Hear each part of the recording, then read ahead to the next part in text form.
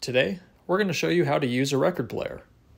The first thing you want to do is make sure it's powered on. Go ahead and push your on button, and then you're going to see it light on up. Now mine, it automatically defaults to Bluetooth, so we want to make sure we switch it to the phonograph setting. There's going to be a little button that says phono. Go ahead and just tap that, and then you should be good to go. Next, take the record of your choice and gently place it on the turntable. Be sure to do it carefully as you don't want to scratch or damage your record.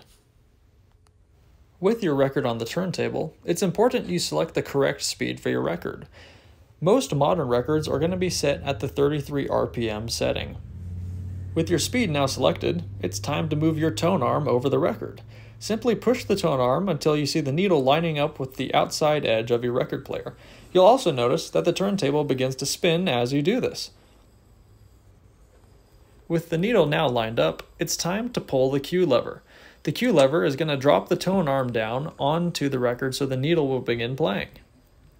And as you can see here, our music is playing. To stop, simply take the Q lever and push it back up, and then grab your tone arm and push it off to the side again to stop the turntable from spinning.